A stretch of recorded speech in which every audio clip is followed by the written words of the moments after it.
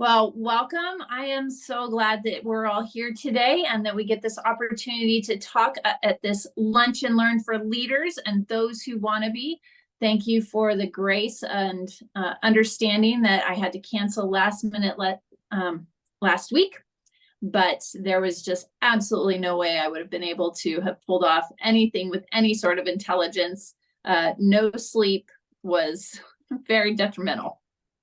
But all is well. I'm back in Portland and I'm excited. I brought some sun from Southern California with me. So we are enjoying some great weather, which is where I think a lot of people are today. So today we're going to delve into the critical aspect of organizational success, which is motivating team members. In an era where turnover and disengagement are significant challenges, it's essential for leaders to understand how to inspire and to energize and to activate our teams effectively.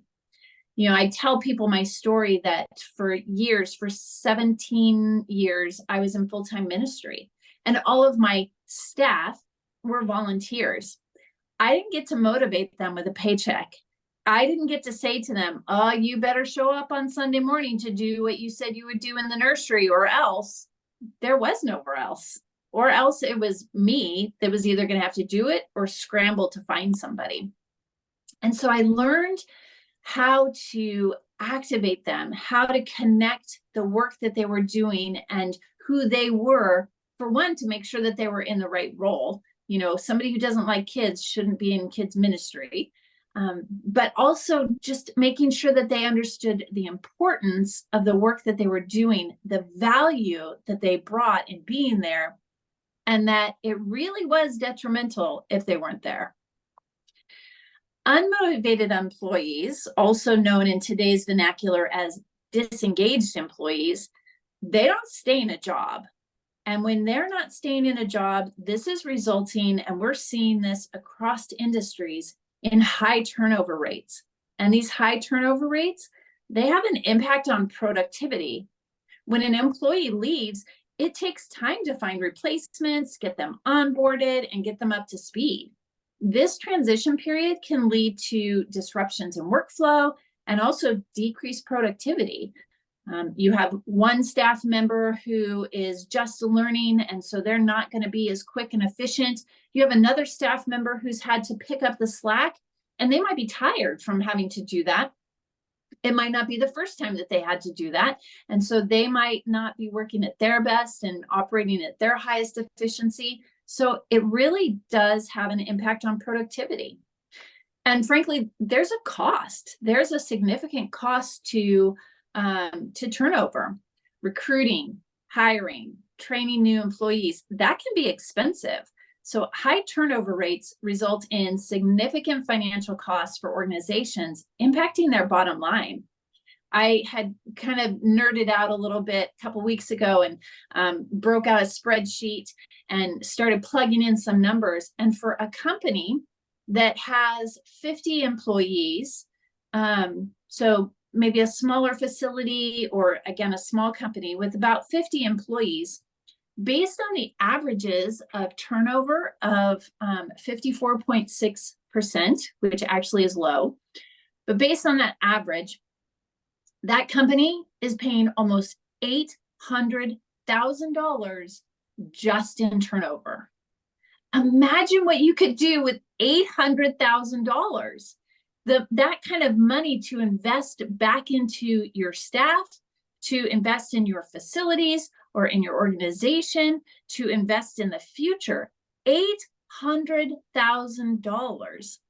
And that's just based on averages. I talked with an executive director this week, and she was telling me that right now she measured her turnover and she said it's 300%. 300%.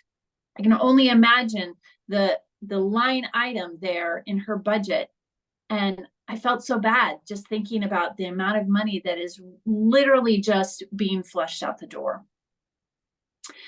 Every time an employee leaves, they take with them valuable knowledge. They take with them skills. They take with them institutional memory. This loss can hinder organizational effectiveness and even, frankly, the innovation towards the future. When you have somebody who knows the ins and outs, who understands the company and knows how to work best within the dynamics of the organization, and then they leave and they take that with them, that's a huge loss. We talked about decreased productivity.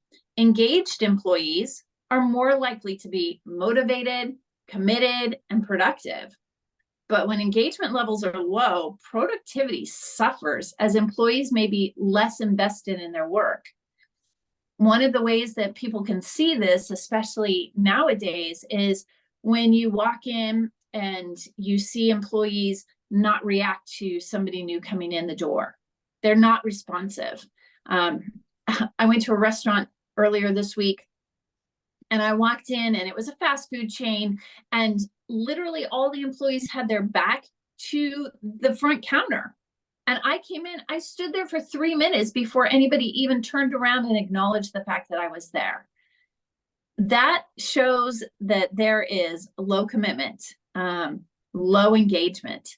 When you see employees walk around with the earbuds in, and you know that they're not listening to you. They're not totally aware of what's going on. And in senior care, this can be really dangerous. When you have somebody who's got even just one earbud in and they're listening to a podcast or they're listening to their favorite music, part of their brain is no longer engaged in the work that they're supposed to be doing. Part of their brain is no longer focused on the environment and maybe what's happening with the residents. They're not picking up on the fact that a resident is not having a good day, and that resident then is left to fend to themselves. So productivity suffers if employees are not engaged. And low employee engagement, it leads to a pervasive sense of disengagement and apathy around team members.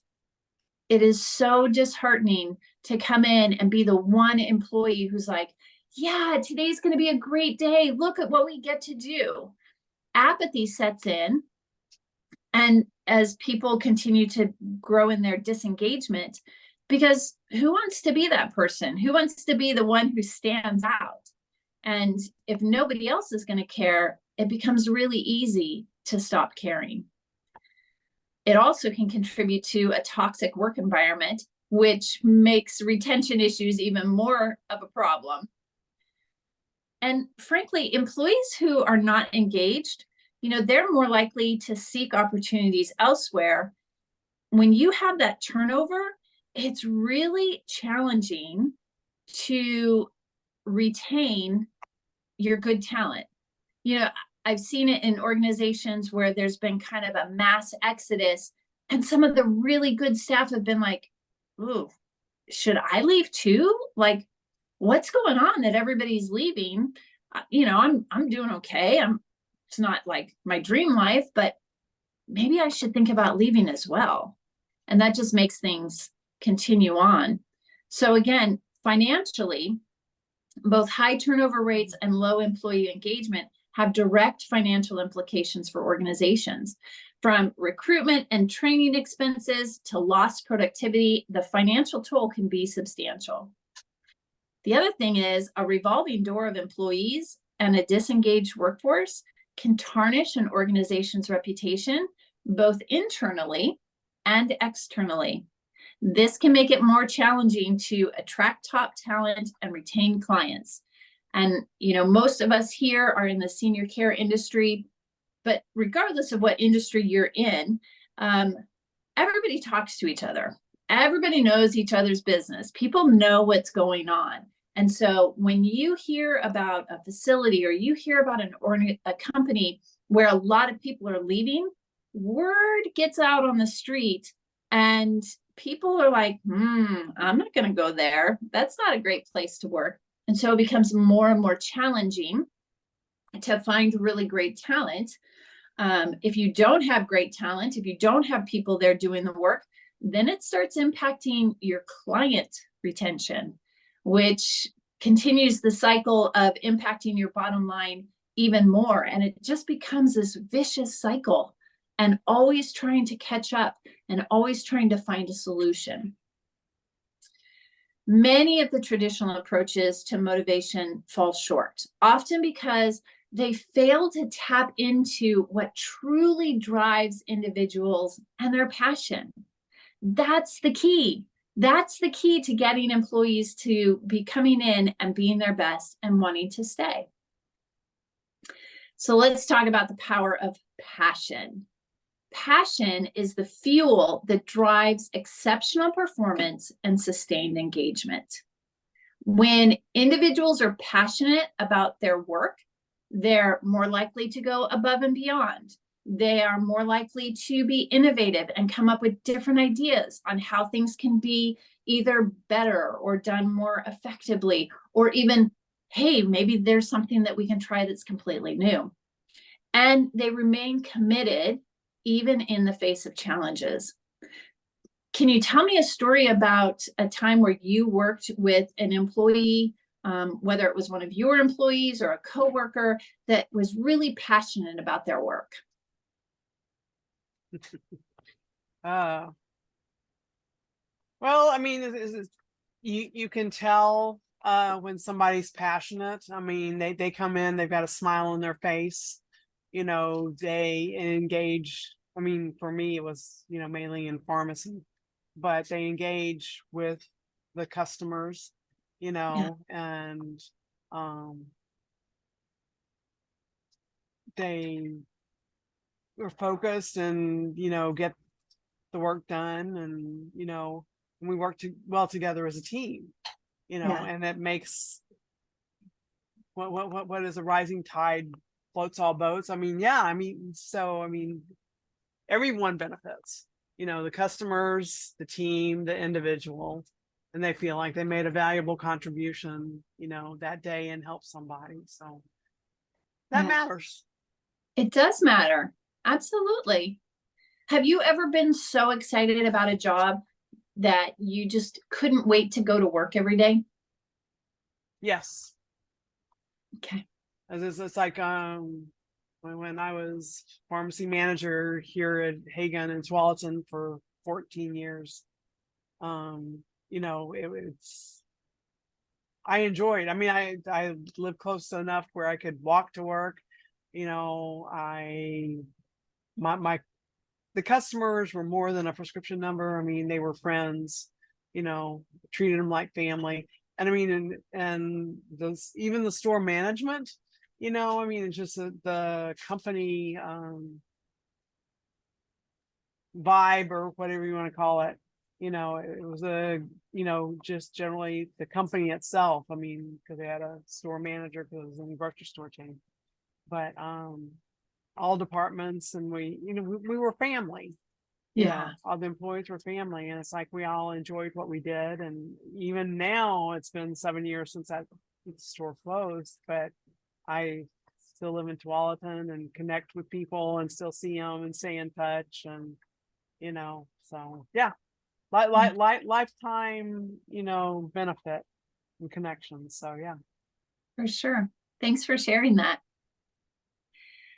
One of the effective approaches to motivating team members is what I call a win-win agreement.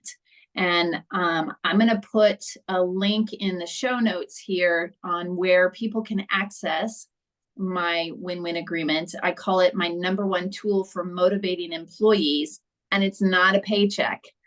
And so this agreement, it involves setting quarterly goals that are individualized and aligned with both the employee's personal aspirations and the company's overarching objectives. So let's talk about some of the key elements of this win-win agreement, because I believe that this is something that you're going to want to implement. If you are in a business, you're going to want to implement this. And the great thing is you can try it out. There's absolutely no loss. There's no risk in trying out this win-win agreement. So first of all, one of the key elements is individualization, recognizing that each team member is unique.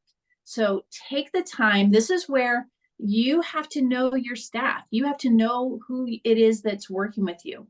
Know their strengths, know their interests, know their career aspirations. When you are creating something. This isn't a blanket, like, oh, we're all going to work on this together. Even if you have a group of staff who have the same role, you still want to make sure that each agreement is individualized to the particular person. I was talking with somebody earlier today. We were talking about the challenges of people getting promoted to a management position because they're really good in the work that they're doing, and just the chaos that creates. And she said, yeah, I have told my company from day one, I have no aspirations to be a manager. And that was really important for them to know, because typically when people come in, they want to have some sort of a development plan. It doesn't mean that that's always the case, and it doesn't mean that it always has to be that kind of trajectory. So make sure that the agreements are individualized to each person, recognizing how the goals are going to align and impact their personal life, and how it's going to impact their satisfaction at work. The next thing is alignment. Ensure that the goals set for each team member align with the broader objective of the organization. This fosters a sense of purpose and a connection to the company's mission. That's one of the foundational elements of employee engagement, is that you have people that when they come in, they recognize, I'm making a mark. My being here is significant to the success of the company. Well, if you have people who are working on something that's just totally out of any sort of goal that the company has, there's that lack of alignment. And that's going to lead to some confusion, and eventually will lead to that employee just kind of continuing to do their own thing. And that's kind of the definition of not engaged. The next element is mutual accountability. Establish clear expectations and responsibilities for both the employee and the organization. This creates a sense of ownership and fosters a collaborative mindset. When somebody's being held accountable for the work that they're doing, all of a sudden, again, it makes it real that the work that they're doing matters. Because if it didn't matter, then nobody would be checking in on them. Nobody would be like, hey, how are you doing? How's this project going? And so that accountability is a really good key. When I'm working with a company to do this, typically what I'll do is we'll set up the goals. And again, I have a whole worksheet for it. So we'll set up what their win-win agreement is. And then we will check in every 4 to 6 weeks. And it's usually a 10-minute, just a quick 10-15-minute check-in. How are you doing? Are you encountering any obstacles? What progress have you made? What are the options for what you might try in order to continue to accomplish the goal? So again, pretty easy, but that accountability piece, it keeps it front of mind for everybody. It keeps it front of mind for the manager, and it keeps it front of mind for the employee. And then regular feedback and support, which is kind of built in a little bit with that accountability. Providing feedback, providing coaching, support to help the team members achieve their goals, and then celebrate successes and address the challenges constructively. So you'll see when you, if you download the win-win agreement, one of the pieces is that there's the goal, there's the outcomes, there's resources, accountability, and reward. We are wired for reward. They are not doing this simply for the joy of going, oh, look at what I did. You know, gone is the mindset of, oh, you're doing this for the reward of a paycheck. They want to be rewarded for the work that they're doing. It is a part of this upcoming workforce. They have been raised in a time where there are more immediate rewards for the work that they're doing. And so that's kind of their mindset. And so what is that reward going to be for them? What is it that's going to keep them motivated and go, oh yeah, I'm working towards this. And if I accomplish my goal, I get this reward. Let me tell you, again, individuality is very important, because what motivates one person what's going to be a great reward for one person isn't necessarily going to be a great reward for others.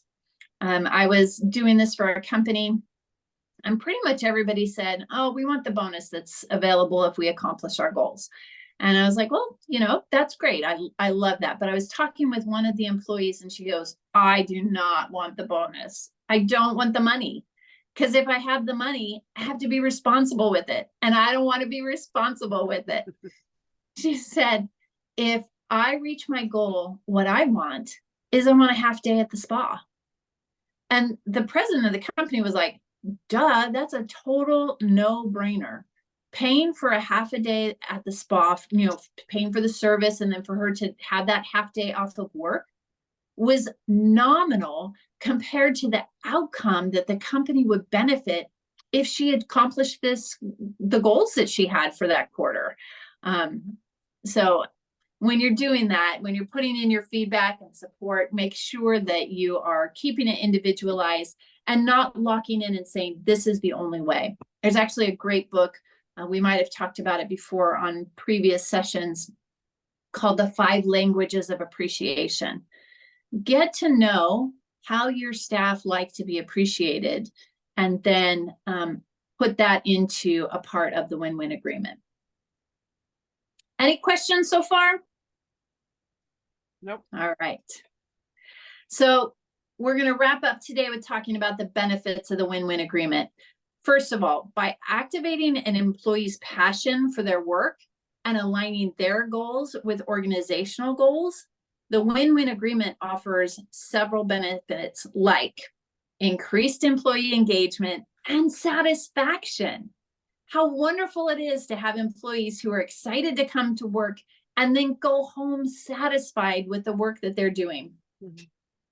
It reduces turnover rates because employees feel valued and they feel like somebody's investing in them and that they have an opportunity to invest in themselves to make themselves better.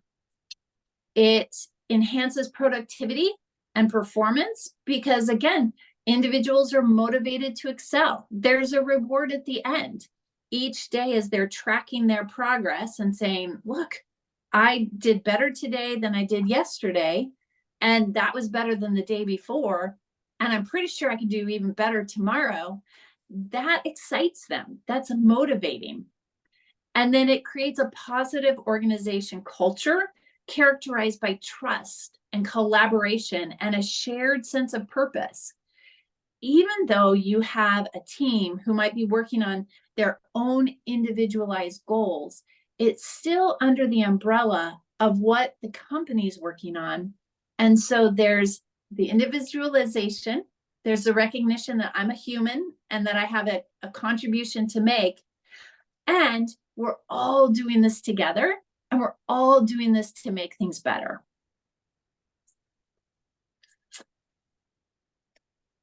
So motivating team members is not a one-size-fits-all endeavor. It requires a personalized approach that taps into the individual's passion and their purpose.